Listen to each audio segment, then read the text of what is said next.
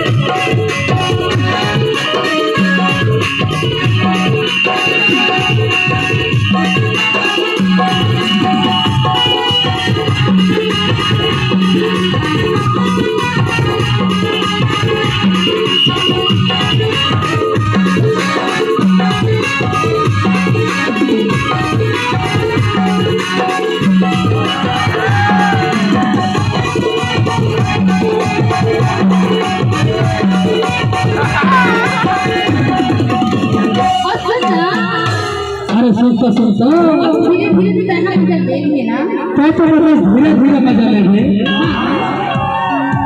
ये पूरी में धीरे धीरे मजा लेंगे। ये जानता तो है अरे मेरे भाई के सारी तोर भाई के सारी अरे मेरे भाई के सारी अच्छा तोर भाई तो जानते तो है बता दो तो बताना तोर पहले मोरे भौजी लगते हो मेरे भैया के सारी अम्मा का समय तो का तुझे मन है क्या तेरे से तुम्हारा हो ढूंढता हो सही बात है तोर पहली मोरे भौजी लगते हो मोर भैया के सारी